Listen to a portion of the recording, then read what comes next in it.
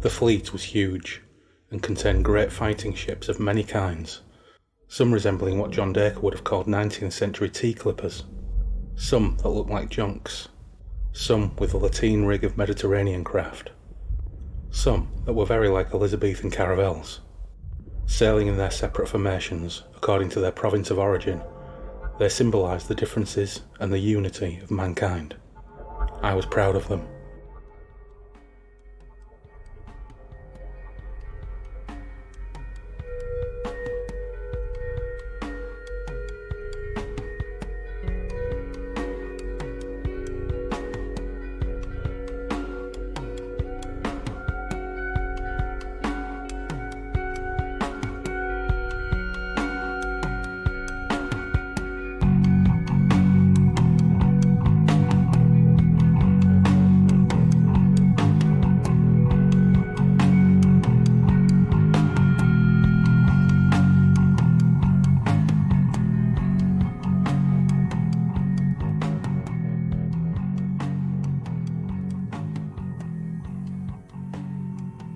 Hello, and welcome to Breakfast in the Ruins, a Michael Moorcock flavoured podcast.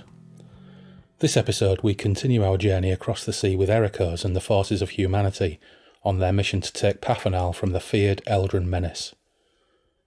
We've had another substantial gap between shows, this time around 6 weeks, but we're entering a period of productivity, with another show in the can, in the shape of our final look at the Duel in the Skull with Tash, and shortly Loz will be back in Derry and Tom's and we'll be doing a couple of things. First, we'll be visiting the world of Louis Manesh as we finally get round to tackling Coram of the Scarlet Robe. Then, we'll take a trip down memory lane and revisit our experience of Moorcock-inspired gaming and what we think those games got right and what they got wrong. For now, though, we're sticking with the Eternal Champion, the tale of John Dacre and his alter ego, the champion of mankind, Erekosë. Erekosë looms large in Moorcock's pantheon, despite being the subject of a comparatively tiny number of books and stories. And there's a good reason why. He's the most self-aware of the aspect of the Eternal Champion, although this doesn't necessarily play that well in terms of making him an agreeable or relatable protagonist. Nevertheless, this book holds an integral position in Moorcock's oeuvre. So, let's get into it. Our table is booked, and our drinks are prepared.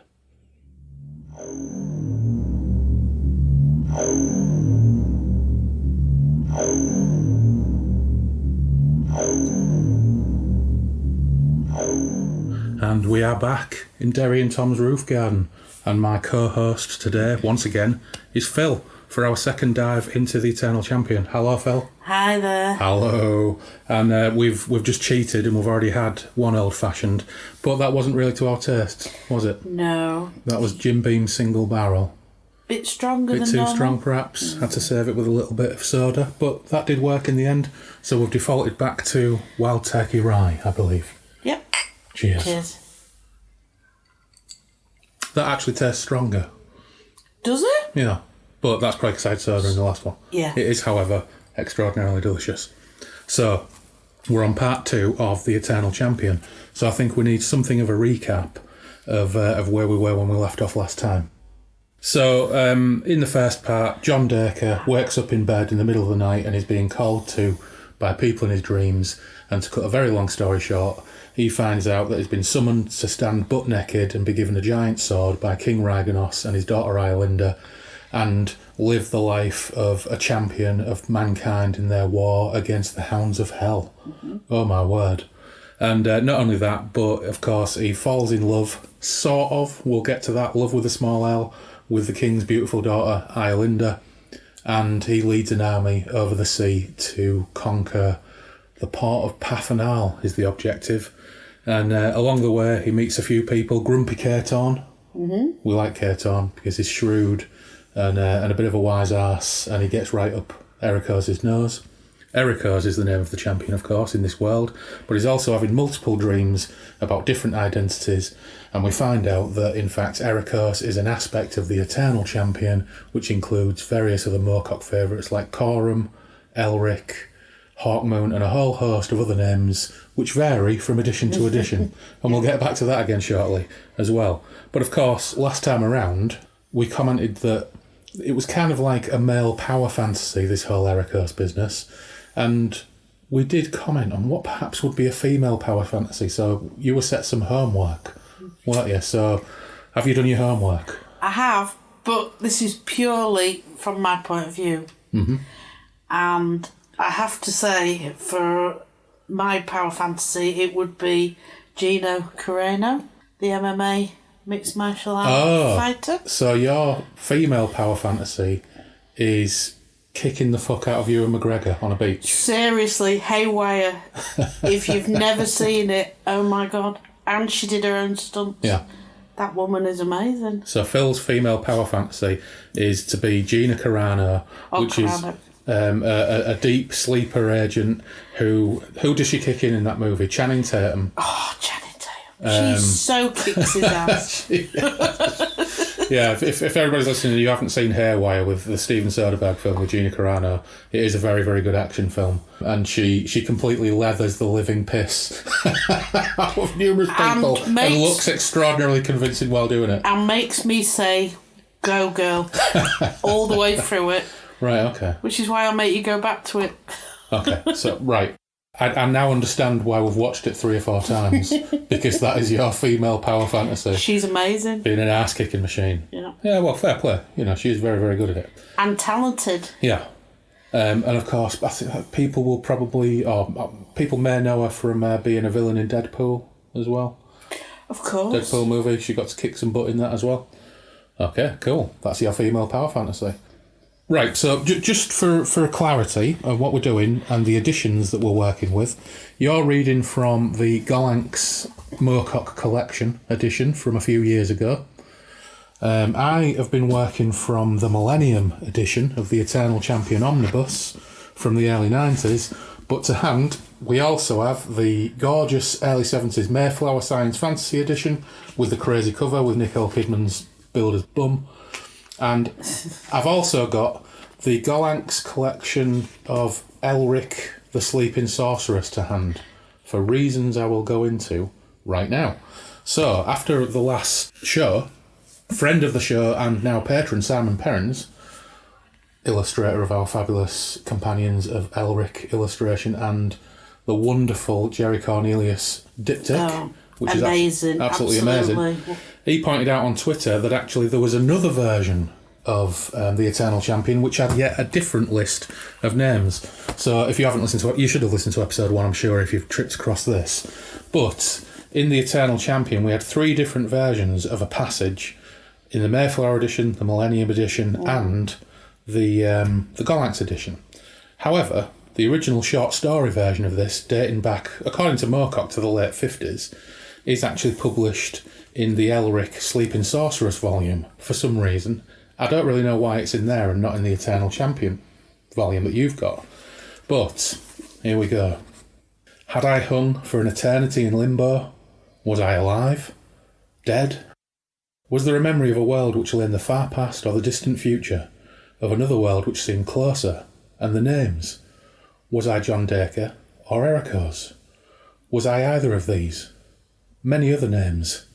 Shaleen, Artos, Brian, Umpata, Roland, Ilanth, Ulysses, Alric, fled away down the ghostly rivers of my memory. I hung in darkness, bodiless. A man spoke. Where was he? I tried to look, but had no eyes to see. So, a whole different list of names, but of course predating most of Moorcock's inventions. So another example of, we now have 3 different versions of the novel and the short story, 4 different versions of that introduction and 4 different lists of names, which is constantly revised as he's gone along, and we'll see another example of that when we get further into it. Now, this version of the Eternal Champion, the short story, is only about 60 odd pages. And we won't go into it now, but I think after we've done part 3, maybe as a little extra, we will each read it and come back and do a little 15 to 20 minutes talking about the short story for the patrons, perhaps. Okay. But we'll do that later. So I can now put Elric the Sleeping Sorceress to one side because we've covered that. Chapter 10. The First Sight of the Eldrin. So we get a nice, fairly typical Moorcock description of the diverse fleet of mankind, which I've recorded, or I will record. I'm going to say I've recorded because people are listening, but I'll say to you, I will record that little passage as the intro to the episode because it's quite nice.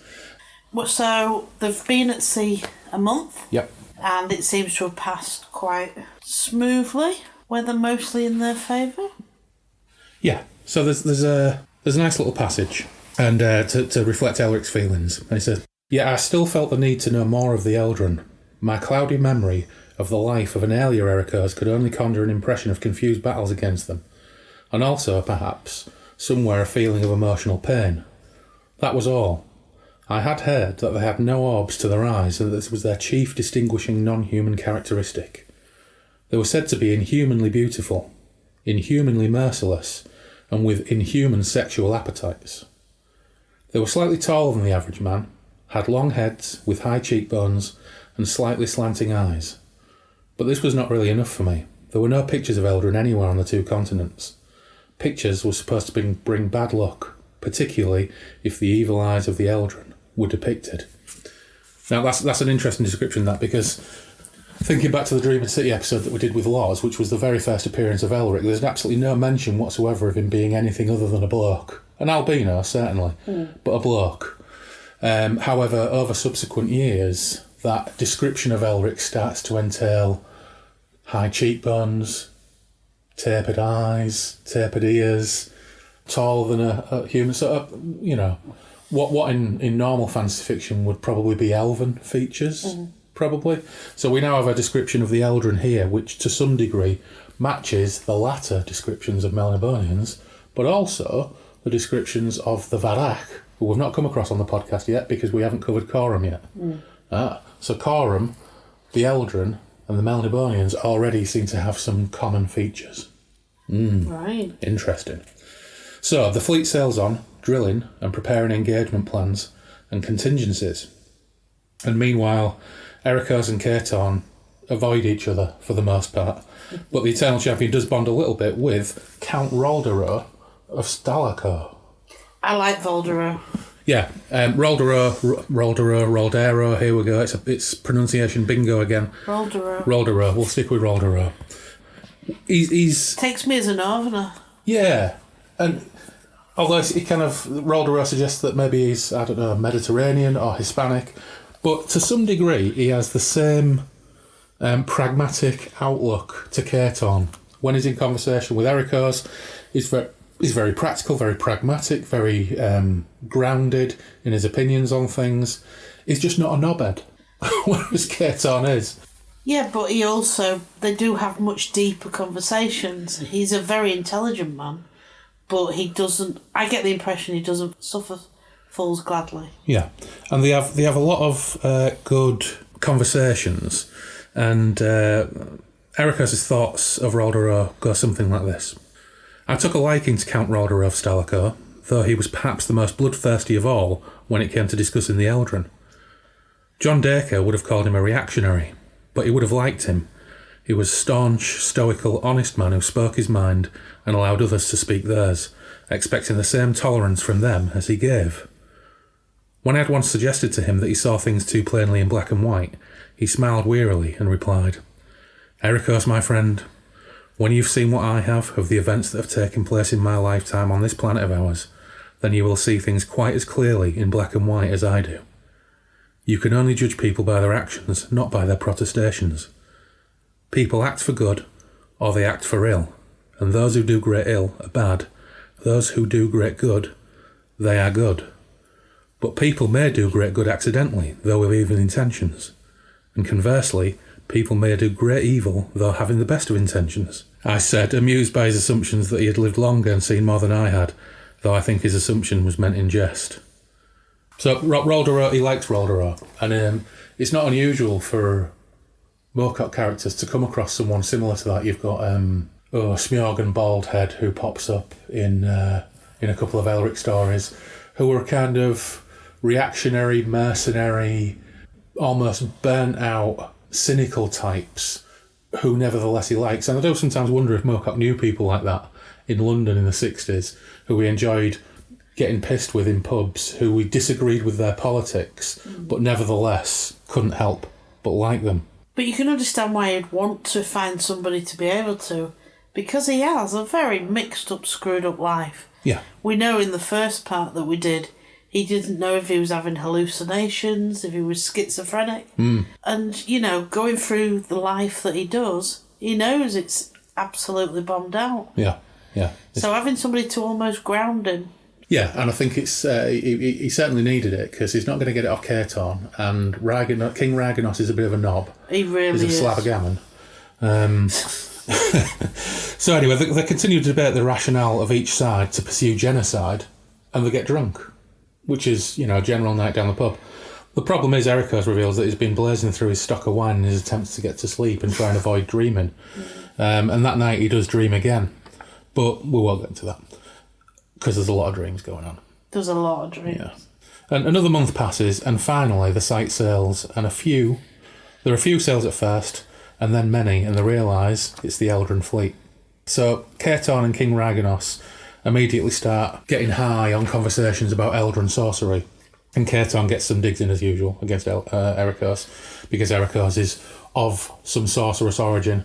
But Erekosë is completely unconvinced and quizzes them for hard evidence on the sorcery of the Eldrin, which is quite amusing. I shrugged. "Let us wait then," I said, "and see their sorcery." King Raganos called up at the lookout. "How big's the fleet you see?" "About half our size, my liege," he shouted back, his words distorted by the megaphone. "Certainly no larger. I think it is their whole fleet. I see no more coming." "They do not seem to be drawing any closer at this moment," I murmured to King Raganos. "Ask him if they're moving." "Has the Eldrin fleet hove to, Master Lookout?" called King Raganos. "Aye, my liege. It no longer speeds hither, and they seem to be furling their sails." "They are waiting for us," Caton muttered. "They want us to attack. Well, we shall wait too." I nodded. That is the strategy we agreed. So they hang fast, and that is their plan.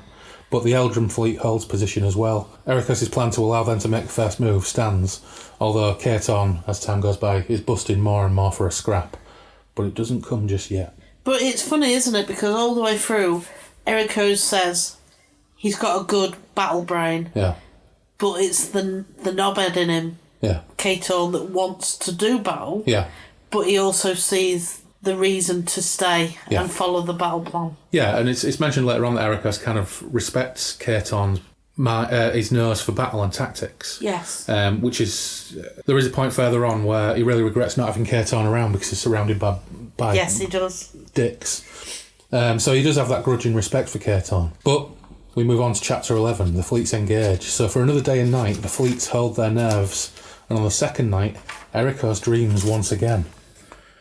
And here we go. Let's read through this together, Phil, because I suspect we may have some differences. "And the dreams, if anything, were worse than ever. I saw entire worlds at war, destroying themselves in senseless battles. I saw Earth, but this was an Earth without a moon, an Earth which did not rotate, which was half in sunlight, half in a darkness, relieved only by the stars. And there was strife here too, and a morbid quest that as good as destroyed me. A name. Clavis? Clavis? Something of the sort. I grasped at these names, but they always eluded me, and I suppose they were really the least important parts of the dreams. I saw Earth, a different Earth again, an Earth which was so old that even the seas had begun to dry up, and I rode across a murky landscape beneath a tiny sun, and I thought about time. I tried to hang on to this dream, this hallucination, this memory, whatever it was. I thought there might be a clue here to what I was. Where had it all begun? Another name, the Chronarch. Chronarch. Then it faded. There seemed to be no extra significance to this dream than to the rest. Then this dream had faded, and I stood in a city beside a large car, and I was laughing, and there was a strange sort of gun in my hand, and bombs were raining from planes and destroying the city. I tasted an Upman cigar. So that's another reference to an Upman cigar. This is a little bit more straightforward, this one, though. He's remembering being Jerry Cornelius.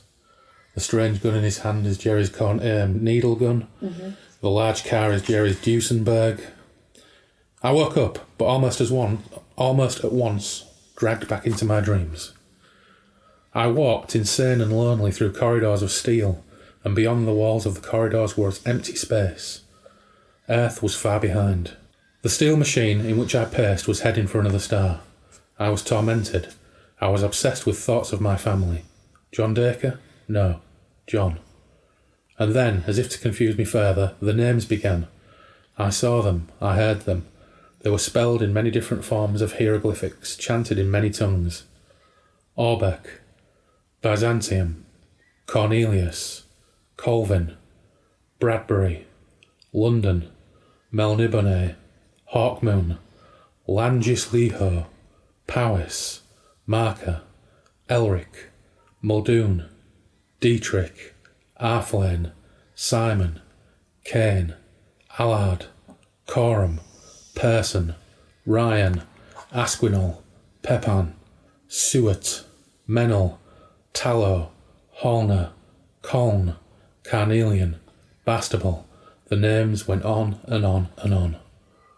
Two differences. What we got? After Kane, I've got Beg. Yep. And then Coram. Of course, yep, Seton Beg. And then at the end, I've got an extra one, Von Beck. Von Beck. Right, yeah. So even though Von Beck dates from the 80s and this Millennium Edition is from the 90s, once again, he's gone back there and revised the names. So what was in the Mayflower edition, I wonder? Let's nerd this out. So, the Mayflower edition, we have Orbeck, Byzantium, Cornelius, Colvin, Bradbury, London, actually, almost the same as the Millennium Edition, with the Millennium Edition just adding a couple, adding Carnelian, for example, and Bastable. So it seems very much that... Have they got Beg? Or... No, Beg is very much a latter-day Moorcock edition. And Von Beck? Yeah, and Von Beck's not on it either. Because this Mayflower edition predates the Von Beck books. Oh, right, okay. But it's interesting that the Warlord of the Air dates from the late 60s, which was the first Oswald Bastable book. But it took Moorcock until the 90s to start to make the suggestion that Bastable was an aspect of the Eternal Champion too, which reflects how, as he's gone along, there were times when he tried to keep certain things separate from his Eternal Champion sequence. And I think the Warlord of the Air at that point, he was trying to keep as a standalone series. But over time, he just couldn't resist drawing that in too. Yeah. Which is, fair enough. I mean, we haven't got to the Oswald Bastable books yet, but they are amazing and I love them. I don't think I've read them. Yeah, you did a lot of the Millennium editions at the time. I'm not sure whether you got to the Warlord of the Air. No, I'm not. Yeah. Anyway, so he has his big dream, and when he wakes, the Eldrin fleet is on the move. We get some textbook Moorcock battle descriptions. Erekosë set a trap, and the Eldrin fleet, sleek silver affairs that skip over the waves rather than sail through them. Very swish, kind of like silver catamarans, and they sail right through, straight into the net, and get boxed in. Can I just say I was a bit disappointed that he woke up screaming. Yeah. And before he had time to reflect on all of this that had been going on, they called him and said, "Time for a fight." Yeah. And I'm like, no, I want to know his views on it. Yeah. Now he's been around, he's been awake in this body for a bit longer. Yeah. What his views was, but I was a little bit, Yeah. Well, I think there's more of it to come. Yeah. But at that point, I was like, oh. Yeah. Oh, of course the battle started. Yeah. And of course, this is Moorcock, so everything's kind of written quite sparely. It won't go into anything in any great level of detail. And I think we did comment in the first episode that Erekosë only appears in 2 novels and a handful of short stories and a graphic novel. But actually, I remembered since then that the sequel to this, The Silver Warriors, as it's known in the US, or The Phoenix in Obsidian, as it's known everywhere else, is not Erekosë. He's Eirlek Scarsol. But we'll get to that in due time. So he's only in 1 novel and a handful of Eirlek short stories and a little bit of a Hawkmoon story. Yeah. Anyway, so fight on. Fight on. The skies were filled with smoke and the seas with flaming wreckage, and the air was populated by screams, yells and war shouts. The whine of Eldrin fireballs, the roar of our own shot, the shattering bellows of the cannon. My face was covered by a film of grease and ash from the smoke, and I sweated in the heat from the flames. From time to time I caught a glimpse of a tense Eldrin face, and I wondered at their beauty, and feared perhaps we had been overconfident in our assumption of our victory. They were clad in light armour and moved about their ships as gracefully as trained dancers, and their silver cannon did not once pause in their bombardment of our craft.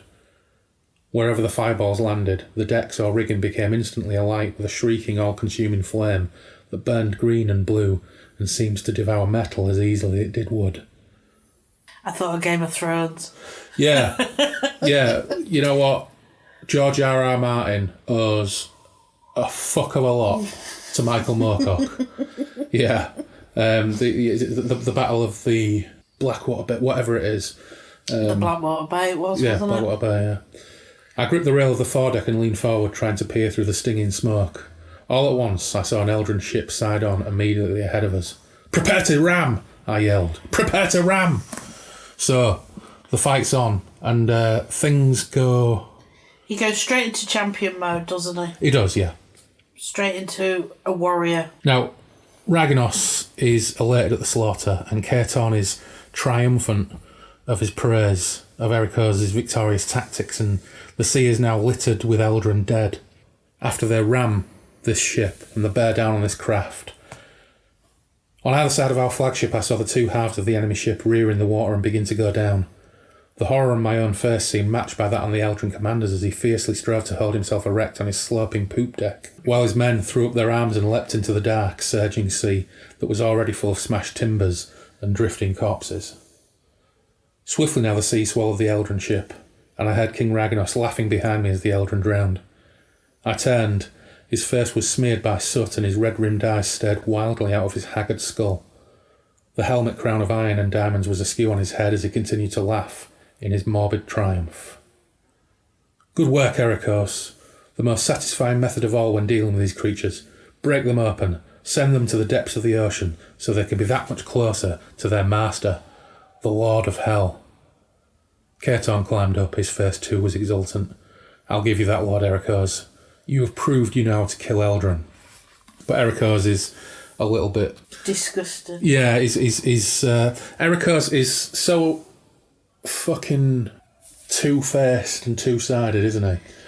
Because he keeps getting sucked into the jingoism and the love of the battle. And then as soon as he's killing people, he's like, I'm not really into it.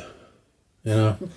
Yeah, and he's Funny that he said, and we'll come back to this later on, to take your words, how he said, I think we'd underestimated them by how they were battling, how they were manoeuvring. Yeah. And obviously, it was a very different way to them. Yeah. Oh, well, yeah, we'll come back to Erekos's plan and how that goes. But at the moment, everything's going swimmingly, and they all think he's the bee's knees. And the human fleet continues to hunt down Eldrin ships, which have now been separated into smaller groups, boarding some and slaughtering the crews. In the next chapter, the Islander continues to run down Eldrin ships before Ragnos spots the Eldrin flagship. And Ragnos and Caton are salivating at the opportunity to seize the flagship and dispose of the Eldrin leader. The Islander pulls alongside, grapples the flagship, and preparing for boarding, Erekosë is consumed by the moment. And this is another example of he expresses disappointment, occasional disgust, a dislike of Caton and Ragnos, but the moment he gets an opportunity to large it up, he just can't resist himself. I think the others were disappointed as well. They were hoping that the prince was going to be on this. Yeah, they've got the Eldrin craft bound to them with grapples, and at this point it says, "And that same smile of triumph began to cross my face. I had the sweet taste of victory on my lips. It was the sweetest taste of all. I, Erekosë, signed for a slave to run forward and wipe my face with a damp cloth. Yeah. I drew myself up proudly on my deck. Just behind me was King Ragnos on my right. On my left was Caton. I felt a comradeship with them suddenly. I looked proudly down on the Eldrin deck. The warriors looked exhausted, but they stood ready with arrows strung on bows, with swords clenched in white fists and shields raised. They watched us silently. They did not attempt to cut the ropes. They waited for us to make the first move." So that duality in Elric, is it John Dacre who has that disgust and disappointment in death and killing and dislikes Caton and Ragnos's lust for killing and death, and then Erekosë kicks in and becomes the warrior, the jingoistic pride in humanity and all that business, and this gets repeated quite a lot. It does. Things go a little bit pear-shaped though, because Ragnos calls for parley, with the Eldrin commander, who turns out to be Duke Bernard.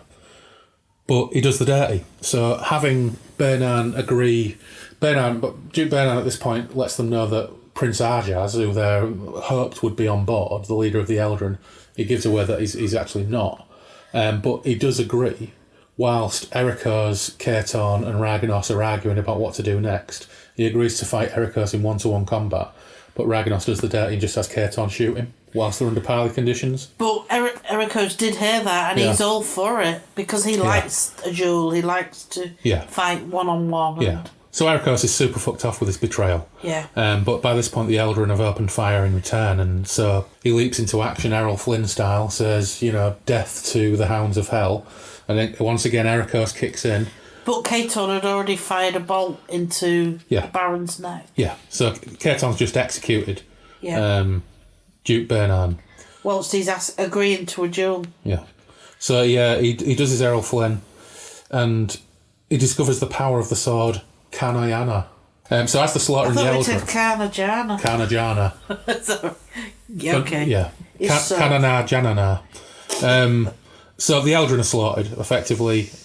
Caton pulls down the Eldrin standard and tramples it into a bloody puddle. And Erekosë realises that the true power of Kanayana is he only needs to cut somebody even slightly, and the radiation kills them. Once again, a lot of similarity with the sword Stormbringer, because Erekosë doesn't need to strike a killing blow. No. Just as Elric doesn't need to strike a killing blow with Stormbringer, but it's just enough to open the wound, and Stormbringer sucks the soul out.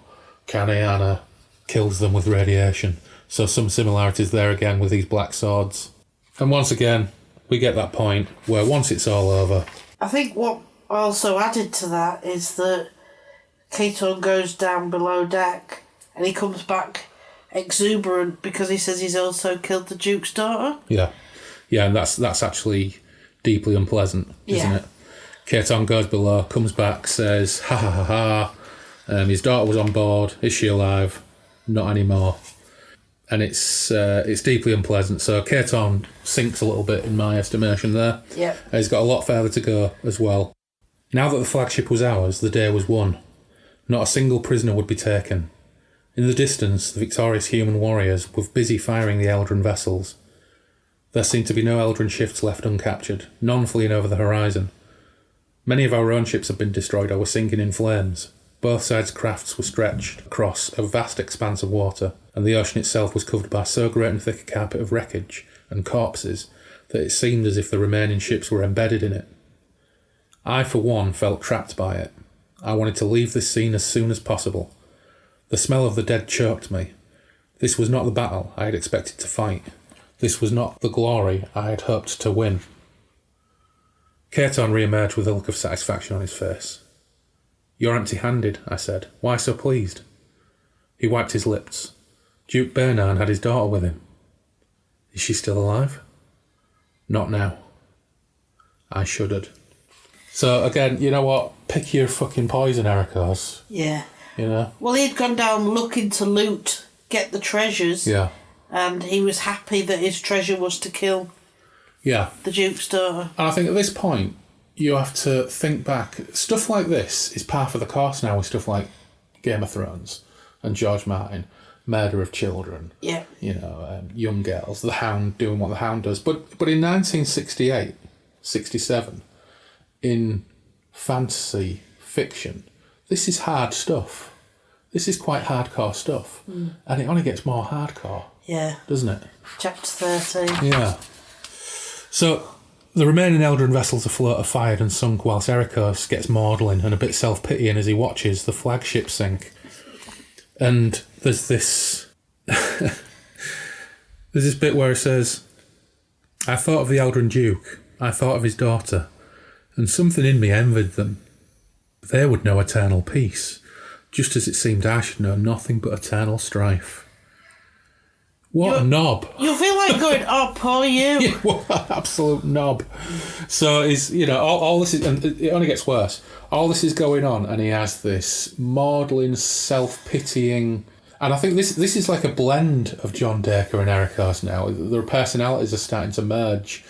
Because Erekosë of old, the champion that he now inhabits, wouldn't have probably entertaining these thoughts, he would have been just as big a bastard as Caton and Raganos. So he's recognising how shit all of this is. But he's not doing anything about it. He's just pitying himself in the same way that John Dacre would lay in bed at 4 o'clock in the morning, pitying his existence, fantasising about being something different. You know? And then he gets his wish. Yeah. Good luck. And it's like weird circular thinking and emotional thinking. And it makes me wonder, and I will continue to wonder it as we get into the subsequent chapters. It makes me wonder how much of this is extraordinarily clever psychological character building by Moorcock, and how much of it is interpretation on my part, interpreting something which actually could be described as at times challenging and pretty gross. But that's the great thing about reading. That's the great thing about fiction, isn't it? And everyone can view it very differently. Yeah. It's your own take on it. And I'm sure every time I've read this, I've viewed it completely differently. But it's I wonder if it's a different critique because of the podcast. Yeah, well, yeah, I think normally I would read this and I would have these thoughts fleetingly. But of course, now that we're actually doing this as a discussion, and we're reading these things and thinking about them a little bit more deeply, and of course, now I'm in my late 40s, and I view the world very differently than I did when I was probably 17 or 16 when I first read this. It's an interesting experience. Because, I mean, we'll talk about this in more detail later on, I'm sure, but there was a time when I probably viewed The Eternal Champion, the novel, as one of the weaker Moorcock entries into this. Although I do recall you saying it was one of your favourites at the time when you read them all. But now I'm at the point where, and I still, again, there's still that part in my brain where I'm thinking, how much of this is Moorcock being an outstanding writer of characterisation when it's related to horrific events? And how much am I applying that to my reading of it? And I don't suppose we'll ever get the answer. But anyway, chapter 13, Pafanal. So, the triumphant fleet sails on. Erekosë is unhappy with Raganos and Caton, but his spirits are lifted somewhat by a visit from Roldero, who contends that Raganos' actions, the betrayal, were actually tactically sound. Tactically sound, at least. So Elric asks him, "Would you have done the same, Roldero?" Roldero says, "Oh, I expect so. War, after all."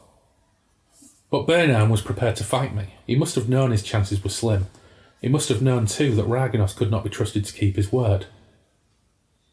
If he did, Roldero said, then he would have acted as Raganos acted. It was just that Raganos was quicker. Merely tactics, you see. The trick is to gauge the exact moment to be treacherous. Bainam did not look like one who would have acted treacherously. Oh, he was probably a very kind man and treated his family well. I told you, Erekosë, it's not Bainam's character I dispute. I just say that, as a warrior, he would have tried what Raganos succeeded in doing, eliminating the enemy's chief. It's one of the basic principles of warfare. Do you say so, Roldero? I do say so. Now drink up. So again, Roldero is his foil for whenever Erekosë is thinking this is really, really shit, Roldero's just getting pissed with him and saying, you know what, just deal with it. This is just the way things go. Well, he's a warrior, isn't he? Yeah. An out-and-out warrior. Yeah, and he's battle-hardened and quite cynical. Yes. And that fits with what Erekosë needs to salve his conscience. Yes, very much so. So the fleet arrives at Pafanal, a city of incredible artistry and beauty. Erekosë leads the marshalled forces in to find that all the men had been killed at sea and only women and children remained in the city. And it's effectively undefended. Now, chapter 14, Ermizad. I think this is one of Moorcock's... On rereading it, I think this is one of Moorcock's darkest chapters that I've read in any of his fantasy. It's very, very grim, I have to say. And lots of his stories have battles, deaths of worlds, terrible events.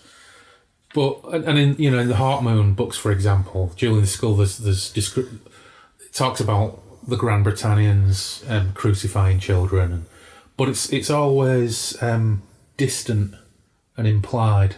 But if you go back to the first 9 chapters that we did, he did say, King Raganos, that he wanted to wipe them out. That's right. So he's not doing anything underhand that he hasn't brought to the table before. Yeah, but once again, it's like it's still implied at that point, isn't it? Just like it's interesting rereading Duel in the Skull with Natasha. I'd forgotten that there's a mention that Hawkmoon, by the time he's captured after his rebellion, had won the trust of the Grand Britannians by being a mercenary captain and doing their bidding. So there's a brief paragraph that suggests that Hawkmoon, by implication, it's not openly stated, but it's suggested by implication that Hawkmoon has done horrendous things in service of the Dark Empire in order to ingratiate himself with them, to give the opportunity for him to turn on them and try and win back the city of Colne. But again, it's implied. Whereas here, we've got descriptions of Erekosë getting drunk to try and drown out the sounds of children being slaughtered next door. Yeah. And it's another example of, while they're doing these terrible things, he gets drunk to drown it out and pathetically and hand-wringingly reflects on his own impotence to stop it. And it's really dark. So, you know what? He could stop it. Yeah, it's like, why? Why can't you stop it?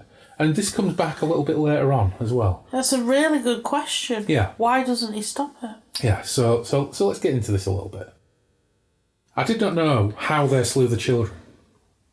I begged Ragnos not to give the order. I pleaded with Caton to spare them, to drive them from the city if he must, but not to kill them. But the children were slain. I do not know how many. We had taken over the palace which had belonged to Duke Bernard himself. He had, it transpired, been warden of Pafanal. I shut myself in my quarters while the slaughter went on outside. I reflected sardonically that for all their talk of Eldrin filth, they did not seem to mind forcing their attentions on the Eldrin women. There was nothing I could do. I did not even know if there was anything I should do. I had been brought here by Ragnos to fight for humanity, not to judge it. I had agreed to answer his summons after all, doubtless with reason, but I had forgotten any reason. I sat in a room that was exquisitely furnished with delicate furniture and fine light tapestries on walls and floor. I looked at the Eldrin craftsmanship and I sipped the aromatic Eldrin wine, and I tried not to listen to the cries of the Eldrin children as they were butchered in their beds in the houses in the streets beyond the thin palace walls.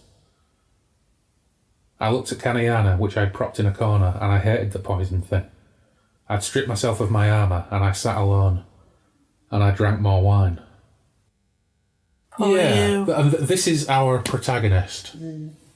It's actually quite a tough read, I think, at this point. And I don't remember how I felt when I read it when I was 16 or 17. When I was reading Sven Hassel novels, every other book that I read. But this is actually a tough read. And he comes across as a real... You know what, it's really fascinating reading this right now when we're at the point where I think is it the 20th anniversary of the massacres in Srebrenica in Bosnia, where during the breakup of Yugoslavia, entire villages were, in inverted commas, ethnically cleansed by people who only weeks or months before had just been fellow citizens of Yugoslavia. And how many people were there who were aware of this going on, but, inverted commas, felt powerless to stop it because it was beyond their sphere of influence. That's the point at which massacres happen, because people don't do what they can to stop them. They turn a blind eye. Yeah, and I know it's probably a little bit heavy and political for this podcast, but that's what I instantly thought about when I was reading this. And again, I don't think Moorcock's pulling any punches when not only does he depict the disgraceful results of warfare, but also how someone who, on one level, could be viewed as a heroic protagonist actually downright fails in their responsibility to, people. But of course, the Eldrin are tagged as other and not human, so it's kind of got this dual excuse, and it's really quite shocking. And once again, reading this in 1968, I think this would be a tough read. Or maybe, I don't know, maybe it wasn't. Maybe people were more inured to these things back then because it was still quite close proximity to the war. But reading it now, it's It took me aback a little bit when I read it again, because I thought that I knew Moorcock back to front. But this is actually one of the toughest bits of Moorcock I've read in probably ever. Yeah. And I don't think there's anything else in any of his other books that comes close. But anyway. So eventually he's called to the main hall to join the king and all the captains, and they're all completely shit-faced. Raganos in particular. Raganos is utterly wankered. So once again he's sitting there. He can't get drunk because he just doesn't seem to be able to get drunk because he's some kind of, powerful immortal or whatever, which Raganos kind of regularly ribs him about. So he's looking down his nose at them all, again. And eventually Caton arrives with a captive Eldrin woman, who we learn is Ermajad of the Ghost Worlds, sister of Prince Ajaz, the Eldrin leader, and they decide to keep her hostage. Now, she ends up in Erekos's charge, but even then, it's through no intervention on his part. It's purely because he's not as drunk as the rest of them. Raganos suggests it. Yeah. And at first, Caton isn't really particularly impressed by it. But, that's what happens. Yeah, because they encourage him to go out raping. Well... Go and enjoy the rest of your spoils. Yeah, and I'm going to read this out because, again, it's a particularly despicable turn of phrase from Erekosë. So Raganos says, Erekosë, who cannot get drunk, she shall be put in your charge, champion. I nodded. I accept the charge, I said. I pitied the girl, whatever terrible crime she had committed. Caton looked at me suspiciously. Do not worry, Lord Caton, I said. Do as the king says. Continue to enjoy yourself. Slay some more. Rape some more. There must be plenty left. Yeah, you're not covering yourself in glory here, Erekosë. You can't understand where he's coming from at all. Yeah. Roldero's there, and he gives a slight smile and says... And at this point, Raganos has tried to stand up and just fell over with a crash to the floor because he's absolutely wankered. And he says, our liege's not himself, but Caton is right. The Eldrin bitch will be useful to us. He's thinking purely as a bartering tool. Yeah, this is all completely tactical. Yeah. So, Raganos is comatose by this point, and as they pick him up, Erekosë quizzes Roldero regarding the Ghost Worlds, which Ermajad has described as Ermajad of the Ghost Worlds. And with some reluctance, Roldero tries to explain. He's obviously a very suspicious warrior, isn't he? Yeah. He doesn't like to talk about it. Yeah. What are these worlds? I asked impatiently. Roldero licked his lips. They are the worlds to which human sorcerers sometimes go in search of alien wisdom, and from which they draw helpers of horrible powers and disgusting deeds. It is said that within those worlds an initiate may meet his long-slain comrades, who may sometimes help him, his dead loves and his dead kin, and particularly his enemies, those whom he has caused to die, malevolent enemies with great powers, or wretches who are half-souled and incompetent. His whisper's words convinced me, perhaps because I had drunk so much. Was it these ghost worlds that were the origin of my strange dreams? I wanted to know more. But Roldero's not really got a great deal more to tell him other than, sorcery, this, that and the other. So he doesn't really get much more. But Erekosë similarly isn't convinced by the rumours that Ermajad mates with ghouls, etc. from the ghost worlds. And after putting the king to bed, Roldero does try to reassure Erekosë.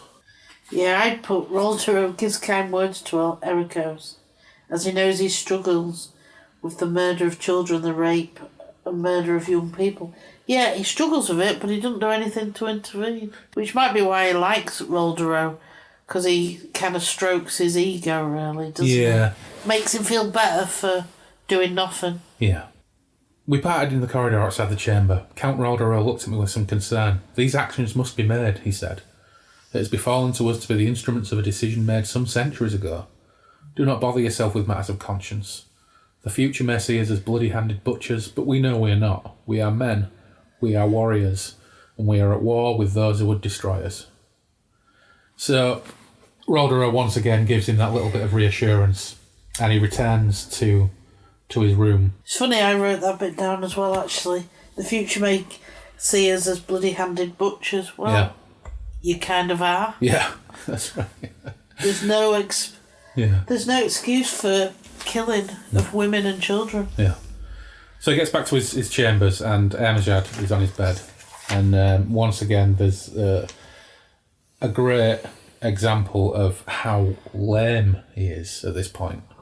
"How are you?" I asked inanely. Her lips parted, but she did not speak. "I do not intend to harm you," I said weakly. "I would have spared the children if I could. I would have spared the warriors in the battle. But I have only the power to lead men to kill each other. I have no power to save their lives." Oh, dude, seriously? Really? It's so weak, isn't it? Yeah. And he knows it's weak as he's saying it. Yeah. And he just comes across as hand-wringing and inadequate in the face of trying to justify it to a victim. But actually, the moment that his blood's up, he'll be banged back into it again. Yeah. Yeah.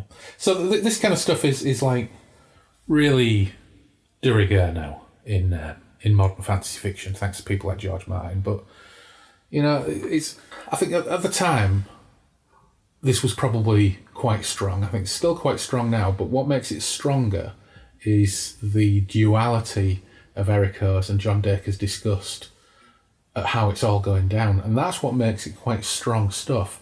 So our protagonist is continually justifying his leadership of a genocidal war as destiny and cosmic fate, and recuses himself from the things that bother him about it most deeply, yet is fully self-aware of how lame this appears when he's trying to justify it to a victim of it. It's strong stuff. Yeah. And it's tough, but it's good stuff. It's really good stuff. It's thought-provoking. Yeah. And discussion-provoking. Yeah, absolutely. After he has a pretty brief discussion with Emerald, when she actually lets on that she knows who he is, so they're aware of Erekosë. With Pafanal secured, Erekosë and Roldaroth strategise and set out a plan to tackle the Outer Islands, which is the first time we've heard the Outer Islands mentioned by Roldaroth. Yep. And the World's Edge. Yeah, which sets up a typical Moorcock side quest. And Roldaroth explains that the Outer Islands, what exactly they are. The Outer Islands lie in the gateway to the Ghost Worlds, Roldaroth said seriously. From there, the Eldrin can summon their ghoulish allies. Perhaps now Pafanal is taken, we should concentrate on smashing their strength in the west, at World's Edge. So we now know that there's this additional place of power for the Eldrin, the World's Edge, the Outer Islands, where apparently they draw additional support from these ghost worlds, from ghouls and magic and sorcery and probably demons and etc, etc. So they decide, and Tatum agrees and Ragnos agrees, that they should leave the bulk of their army at Pafanal to prepare for the inevitable counterattack from Prince Ajaz, whilst the fleet returns to Nunos to repair and restock. And they're all absolutely convinced that Erekosë is right, that Prince Ajaz will counterattack Pafanal to take it back because it's such a critical port of strategic value. And Tatum will stay in charge of the defence of Pafanal while they go back, restock. They'll take Armaged with them, Roldaroth will go with them. And they can get more warriors as well. Yeah. Because they can only fill up the ships that they had. Yeah. So they implement that plan and they head back to return to Nunos. And at sea, Erekosë further observes what a petty dickhead Ragnos is, because he has some fairly unpleasant digs at Emerald, calls her some deeply unpleasant names, and I actually love this. After the last paragraph being quite a hard read, not because it was bad, because it was thought provoking. We get some of his philosophical musings on the nature of love because Emerald is really hot. Yeah, which I think is really cool. Well, he thinks that her race are a beautiful race anyway. Yeah, he's getting really, really pissed off with Ragnos. But he says, "I saw less of Emerald than I wished, but in spite of the king's warnings, came to like her. She was certainly the most beautiful woman I had ever seen. Her beauty was different from the cool beauty of Eyalinda, my betrothed. Was it love? Even now that the whole pattern of my particular destiny seemed to have been fulfilled, I did not know. Oh yes, I still loved Eyalinda, but I think that, while I did not know it, I was falling in love with Emerald too." Yeah, but she'd said... She's only the second woman he's met since he arrived. Yeah, and also, she's only said 2 sentences to him. Yeah. So, it's like, once again, it's that it's the expectation of the powerful hero, isn't it? So he's got the beautiful betrothed, coolly beautiful daughter of the king, and now he's got the princess, effectively, Ermajad, the last surviving Eldrin survivor of the slaughter of Paphanal, and she's hot and aloof, and he's like, "Ooh, I think I might be falling in love with her too." Like, dude, seriously, get a grip. Yeah, but also you'd think from her point of view, you've just killed all the women and children. Yeah. And okay, you might not have got your sword out and done it yourself. Yeah. You stood by while everybody else did. Yeah. I mean, and sadly for him, and not entirely unreasonably, for the first couple of weeks she doesn't talk to him. Yeah. That's all. She won't acknowledge him. Because he's just continually fascinated by her. He's basically just being a bit of a creep. He's watching her, but he makes some observations. He says, "She had the long pointed Eldrin face that John Dacre might have tried to describe as elfin, and failed to do justice to its nobility. She had the slanting eyes that seemed blind in their strange milkiness, the slightly pointed ears, the high angular cheekbones, and a slender body that was almost boyish. All the Eldrin women were slender like this, small-breasted and narrow-waisted. Her lips were fairly wide, curving naturally upwards so that she always seemed to be on point of smiling when her face was in repose. For the first 2 weeks of our voyage she continued to refuse to speak, although I showed her elaborate courtesy. I saw that she had everything for her comfort and she thanked me through her guards. That was all. But one day I stood outside the set of cabins where she, the king and myself had our apartments, leaning over the rail and looking at a grey sea and an overcast sky. And I saw her approach me. So finally, because he's been creeping on her for 2 weeks, she finally decides to actually talk to him, engages him in conversation. I just noted something listening to you read. His beauty is a princess, and now so is Amazon. Yeah. Has he got a thing about nobility? Well, I think apart from the fat, stupid wife from the last one, who, to be fair, was already taken, he's only met 2 birds. In Nudos, yeah. Yeah, he's only met 2 women, and they both should happen to be nobility and princesses, so we can't really knock him for that. They're the only ones he's met. We can knock him for basically falling in love with anything in a dress that talks to him, or is anywhere near him at any given point. Who's single. Yeah. So anyway, they engage in conversation finally, and she's taking everything quite well considering. She's, she's pretty, still remains pretty aloof, but very polite. And the muse upon time, the history of the world, and the origins of Erekosë. And there's a little bit here, which is quite interesting. I thought at first I said that I came from your future, but now I'm not sure. Perhaps I come from your past. That this world is, in relation to what I call the 20th century, in the far future. This world is very ancient, she agreed. Is there a record of a time when only human beings occupied Earth? We have no such records, she smiled. There is an echo of a myth, the thread of a legend, which says there was a time when only the Eldrin occupied Earth. My brother has studied this. I believe he knows more. I shivered. I did not know why, but my vitals seemed to chill within me. I could not easily continue the conversation, although I wanted to. But we don't know why he shivered. Yeah, but he's got subconscious memories of all sorts of other incarnations. Yeah, it's not that it was like there was no human. Yeah. Because there's nothing to say all his incarnations are all human. Yeah. But what there is a commonality that whenever the Eternal Champion takes on the form of one of these other races, these non-human races, whether it be the Vadag in the Corum Chronicles or Elric, what we do tend to find is that the Eldrin, the Melnibonians, the Vadag are the older races that end up getting displaced by man. So that's quite a common theme, even though some of the similarities between them do vary. Yeah. So yeah, there are those similarities with the Young Kingdoms and the land of Luim Anesh in Corum. Yeah. So chapter 16. Interestingly titled, Confrontation with the King. I wonder what this could be about. But it kicks off. Erekosë is dreaming again, this time of being summoned under a different identity. I heard the voice calling, as it once called before to John Dacre, but this time it was not the voice of King Ragnaros. Erekosë, the voice was more musical. I saw green swaying forests and great green hills and glades and castles and delicate beasts whose names I did not know. Erekosë. My name is not Erekosë, I said. It is Prince Corum. Prince Corum. Prince Corum, hail and Ersi in the scarlet robe. I seek my people, Oh, where are my people? Why is there no cessation to this quest? I rode a horse. The horse was mantled in yellow velvet and hung about with panniers, 2 spears, a plain round shield, a bow, a quiver holding arrows.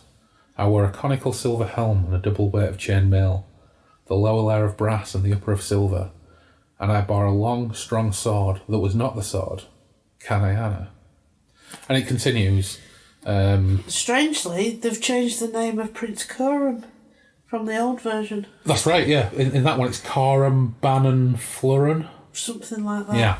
So the original appearance of the name Coram, he changed later on when he wrote the Coram novels. So Coram Bannon Flurran becomes Coram Halen Ersi.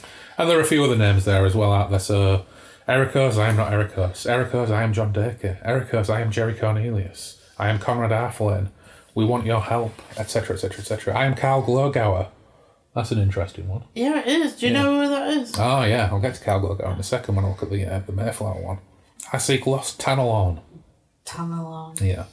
So this is quite cool because the second set of Coram novels, generally titled The Prince with the Silver Hand, Coram is called to the future in exactly the same way that Erekosë is called.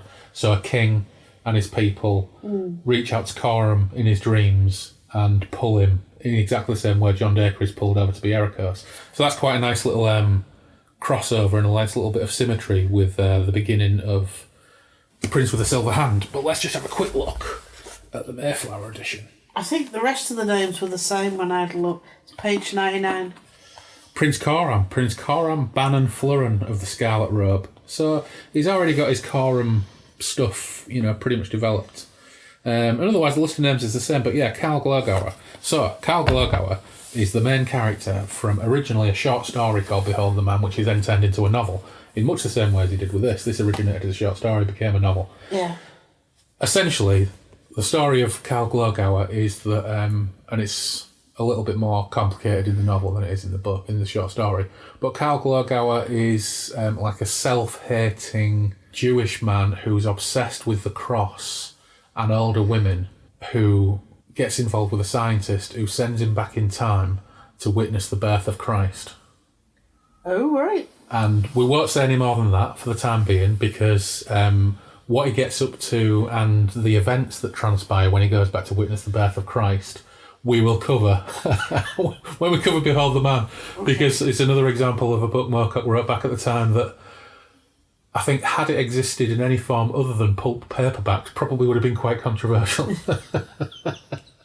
And I know when I read it back in the day, I was like, "Oh my God, this is what? You can't say that."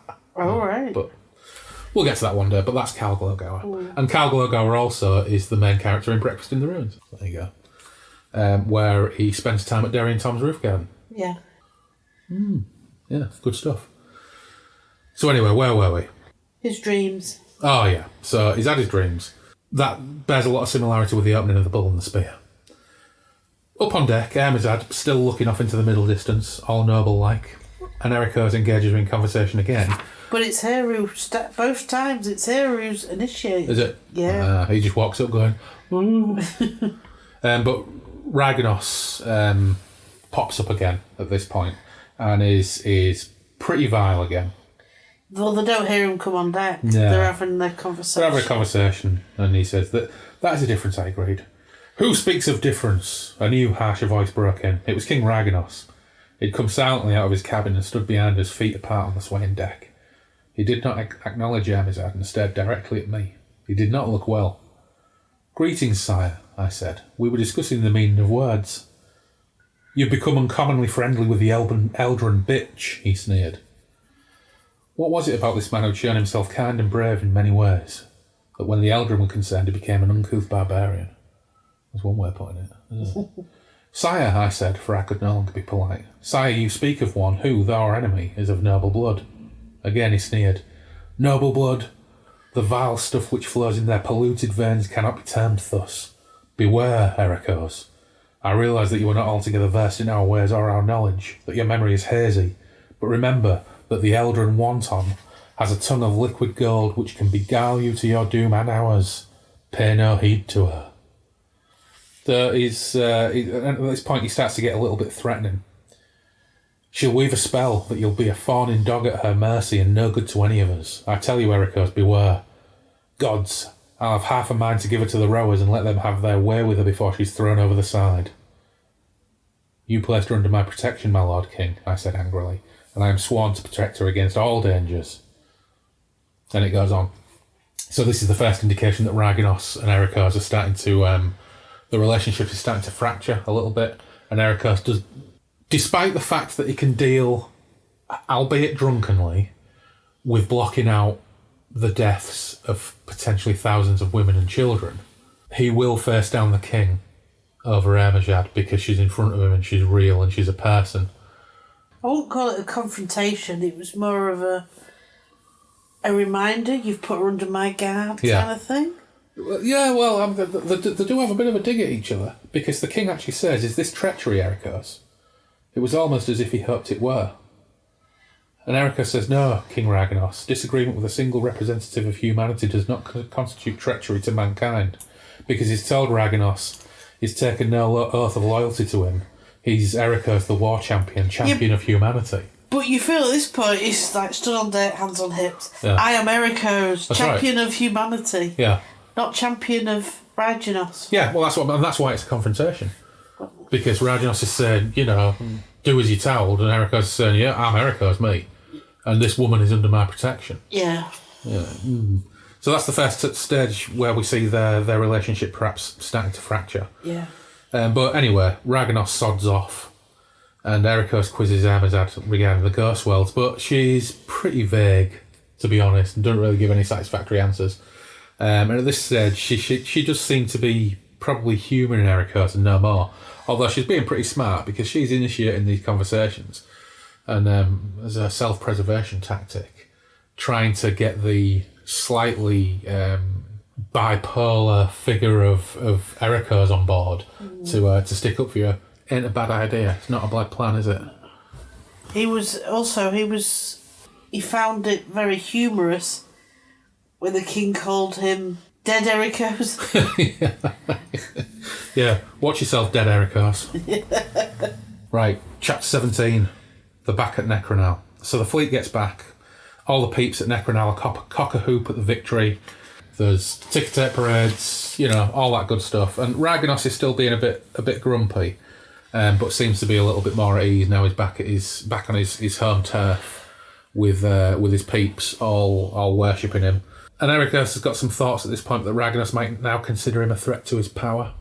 Yeah, but as soon as he gets off the ship, the first thing they do is say, I'm betrothed to your daughter. Yeah, that's right, yeah. They finally spill the beans, don't they? Yeah. Because Islander greets him and they finally spill their betrothal to the king, who kind of very half-heartedly gives his assent, because by this point he's a bit miffed with Erekosë.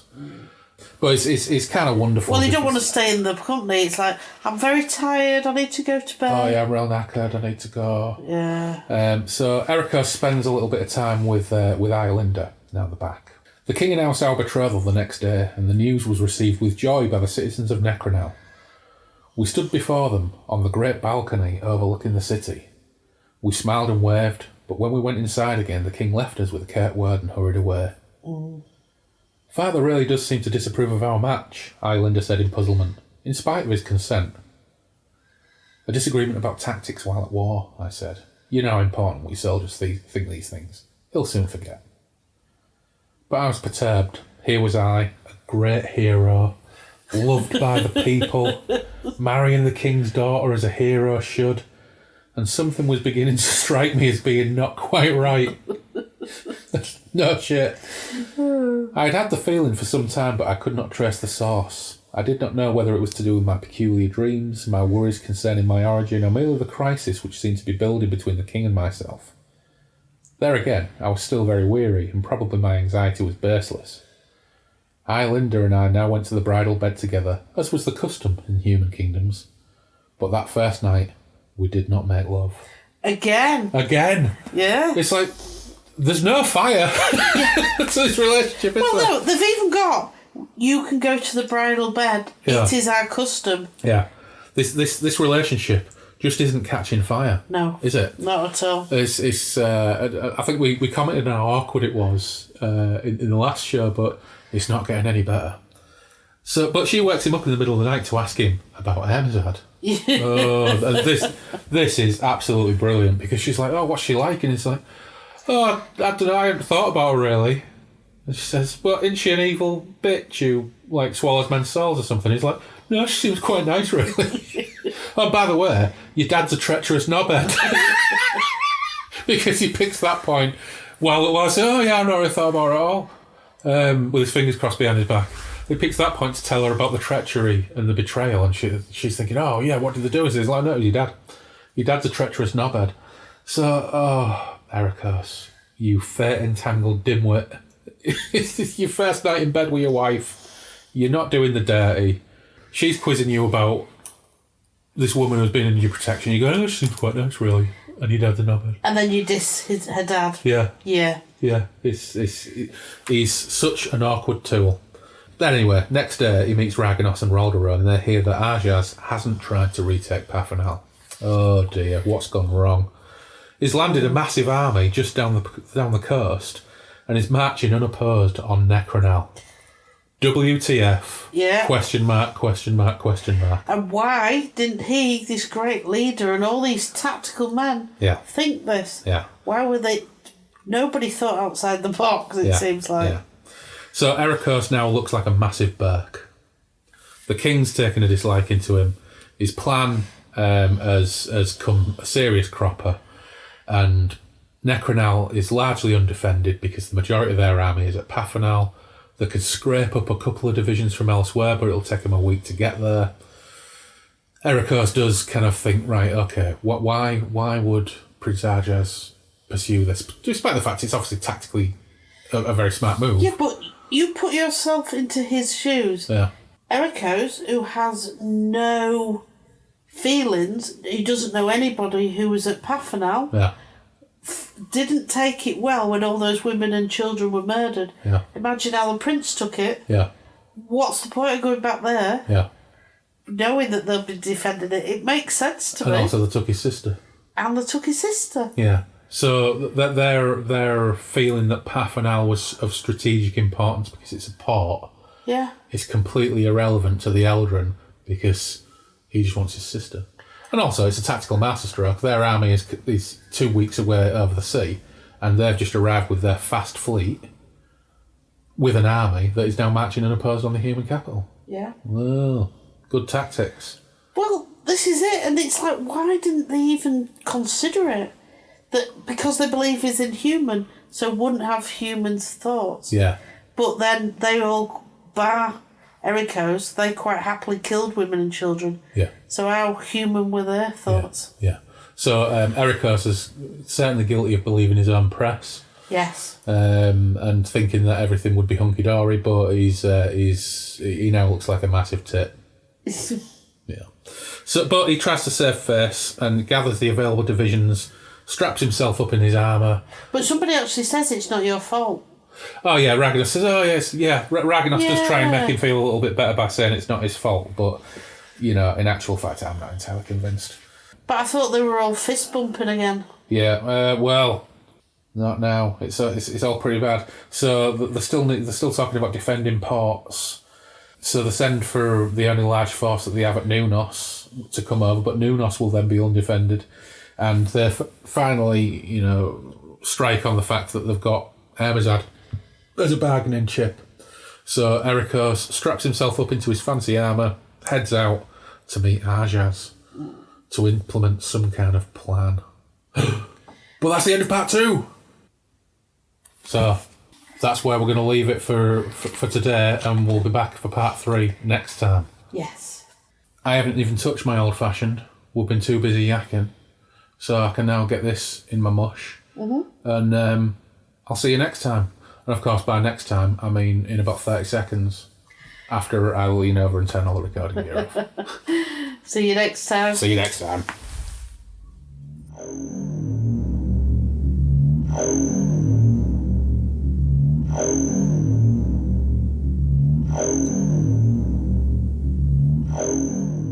Thanks as always to Phil for being a great co-host and humouring me throughout the ongoing midlife crisis that prompted me to try podcasting. You may have noticed a change in audio quality, possibly for the worse. Since COVID lockdown commenced, we both have home offices taking up a ridiculous amount of space, and as a result we've had to be a bit more compact in terms of where we can set up. As a result of that, I've not been using my usual gear, but rather a Tascam DR40X that is so bloody sensitive it picks up every creak and rustle, and it seems to lack the warmth of the multiple Marantz mic setup that I normally use. That said, of course, it might all just sound crap. I am still a podding amateur, of course. And at some point, I'm sure Adobe Audition will suddenly reveal all of its secrets to me rather than the 0.004% of it I can currently fathom. Thanks are also due to our mighty patrons Tom, Norman, Fred, Matt, Malpertwee, Jim and David, and new patron Simon Perrins, artist and producer of the new show logo, our fab companions of Elric Peace, and the amazing Jerry Cornelius diptych I shared on the homepage a couple of weeks back. Also, thanks to my old mate Robbo. He joined the crew last week, so thanks for your support, dude. It's great to have you on board. An additional big shout out goes out to Norman this month too for chucking in an extra bit of support. A great shot in the arm. Cheers, Norman. It really is appreciated and unexpected. And I now need a new tier title just for you. So, I don't know, Lord of the Higher Worlds, Theocrat of Pantang, Red Hot Chariot Dude. We'll think of something. But for now, Mrs. House is on the move, so I'd better get cracking. I'll see you again soon on the Moonbeam Roads.